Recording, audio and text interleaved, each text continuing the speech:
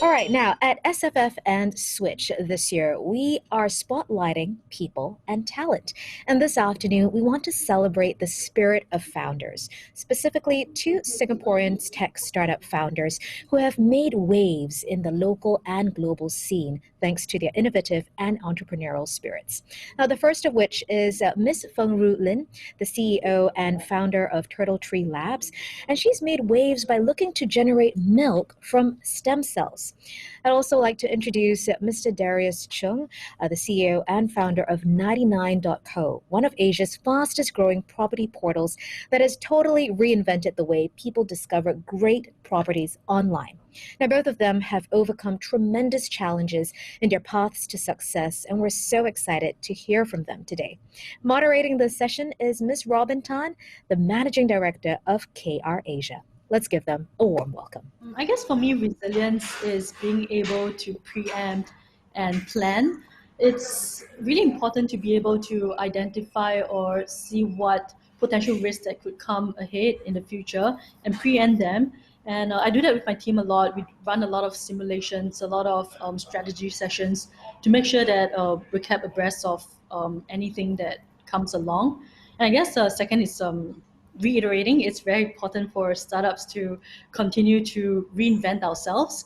I guess if you look at, say, Jeff Bezos, he's always changing the direction of Amazon to fit the needs of his customers. And this is something that is super important. Darius, what do you think? Sure. We actually like the word relentlessness a bit more than resilience, which is actually one of our 6 company values. Relentlessness, or it's actually on our voice. It has a definition, which is that without abatement of strength or pace. But the way we explain it is very simple, meaning that perseverance is essentially like a cockroach, right? Like you cannot die.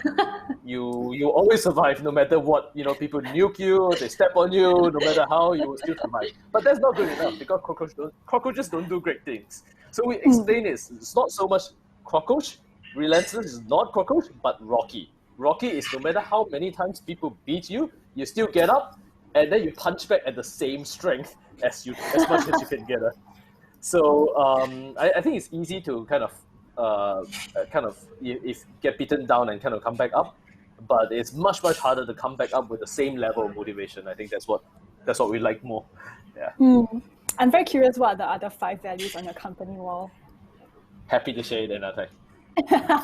Okay. So I think, right, what I'm curious about is, I don't think that resilience is a value that we need to have now because of COVID, but more of resilience is something that a founder must have if he or she is thinking of going on to starting a new business or entrepreneurship as a whole, right? So since you both have been in the startup industry for a while, what were some of your experiences that helped you both define resilience? I think for me, past experience that defines resilience, I suppose this is my second real startup. I've spent more than 6 years on this one already.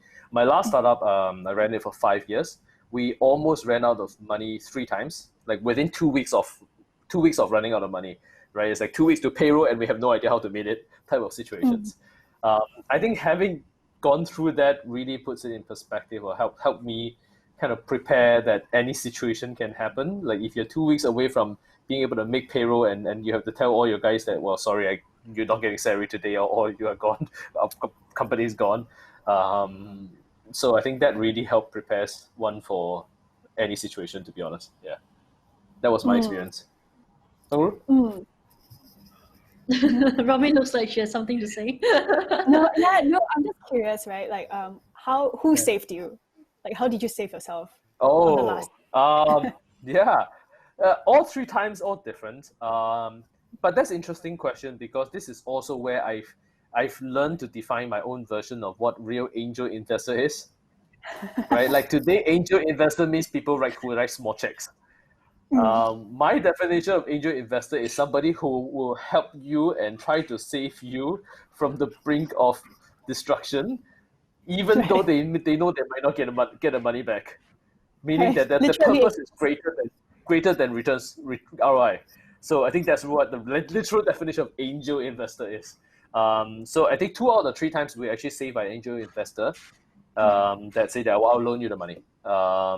And we try very hard to convince him that we have this contract coming in, he's going to pay, and we're going to be able to pay him back. And but there is at least a 50% likelihood, all things considered, that he might lose his money, but he gave it to us anyway. So Nice. I think that was, and by the way, this is Prof Wong Po Kam. You guys might know him.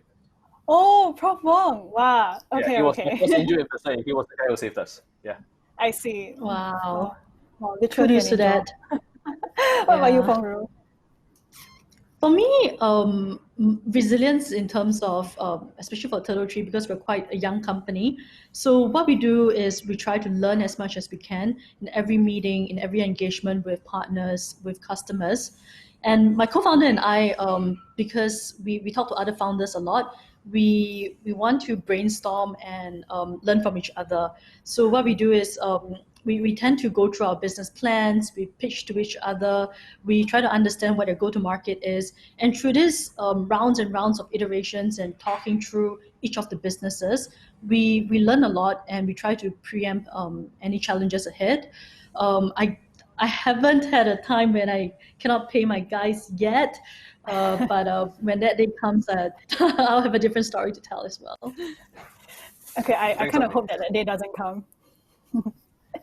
Okay. This resilience will fight through. Yeah, no, but in research, you need a lot of that, right?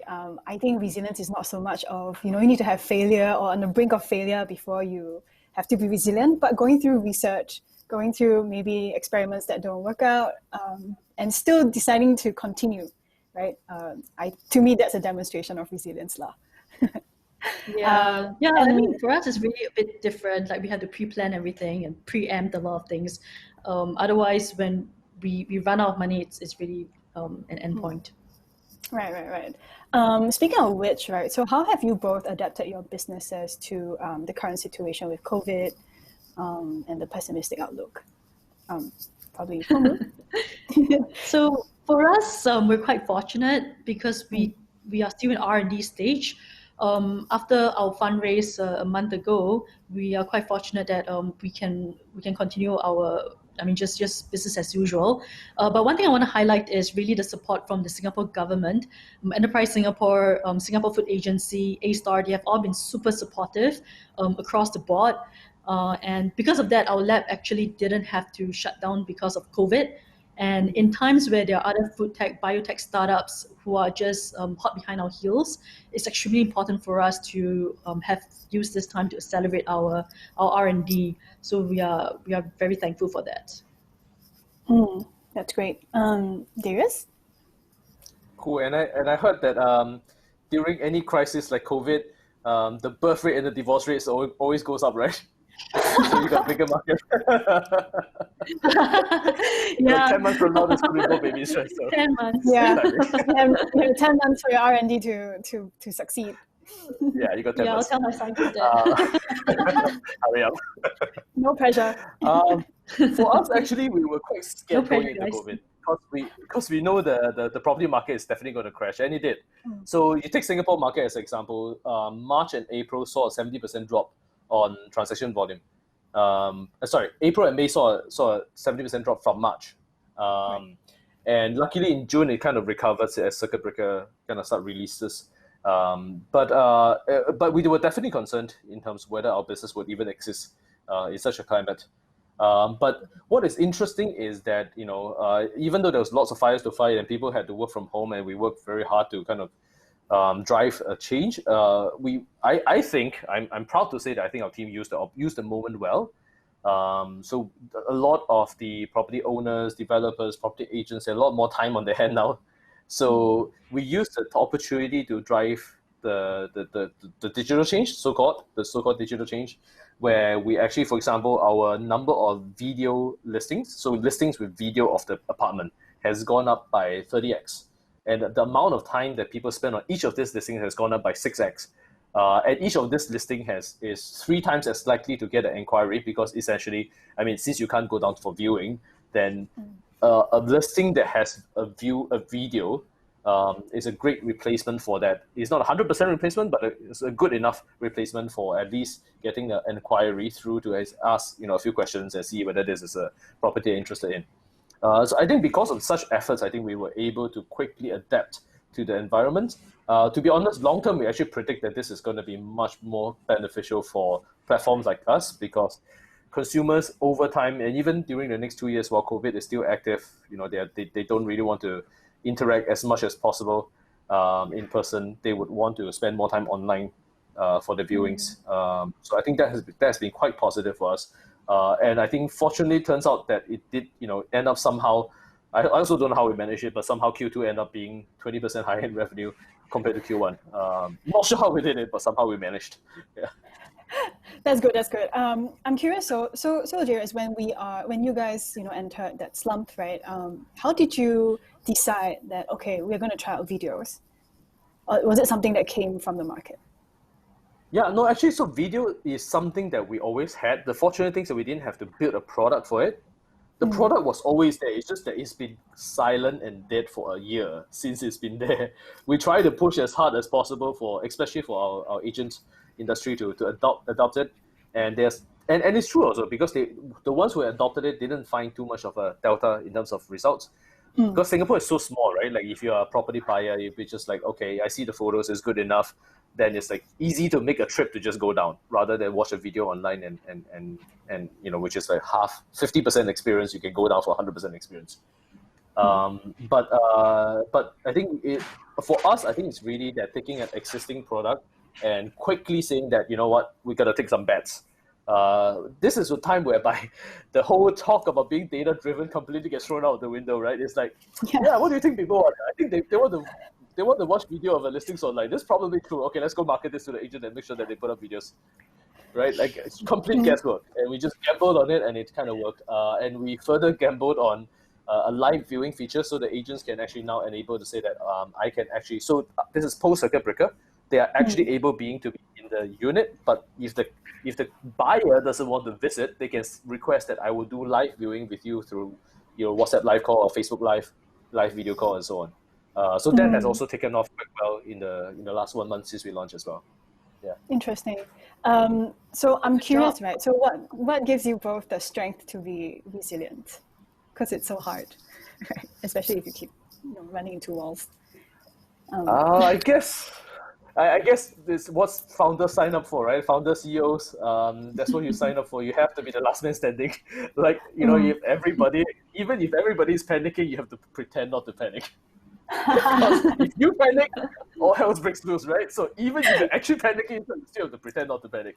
So because you're last man standing, right? That's the job requirement. That's the way I see it. Yeah.